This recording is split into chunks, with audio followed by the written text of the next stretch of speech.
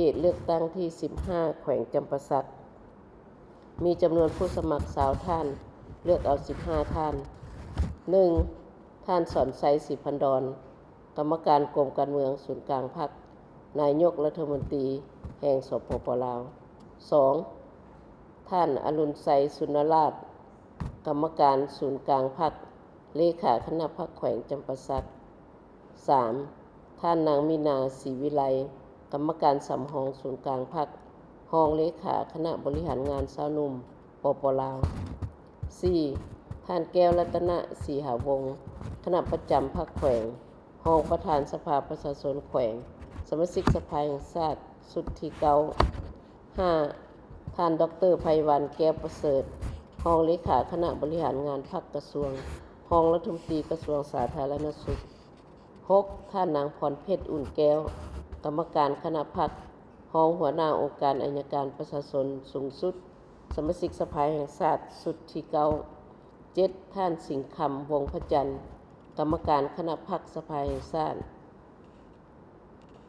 รองเลขาคณะพรรคหักฐาน รองหัวหน้าห้องว่าการสภาแห่งชาติ 8. ท่านวรรณศักดิ์ศาสตรกุล กรรมการพรรคแขวง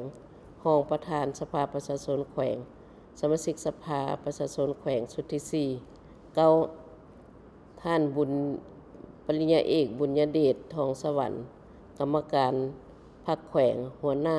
แผนกอุตสาหกรรมและการค้าแขวง 10. ท่านอนุสักดิ์จันทประเสริฐ กรรมการพรรคแขวง กรรมการประจำสภาประชาชนแขวง ประธานคณะกรรมการเศรษฐกิจแผนการและการเงินสภาประชาชนแขวง สมาชิกสภาประชาชนแขวงสุดที่ 4 11. ท่านภูวงศ์อภัย กรรมการพรรคแขวง หัวหน้าแผนกศึกษาธิการและกีฬาแขวง 12. ท่านพลจัตวาแสงทองธรรมเทวา หัวหน้ากรมกรรมาธิการป้องกันชาติป้องกันความสงบ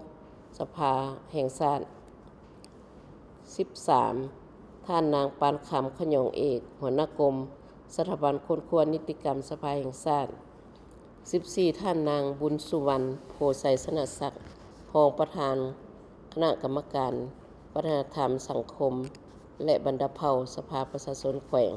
สมาชิกสภาแห่งชาติสุดที่ 9 15. ท่านทิพศร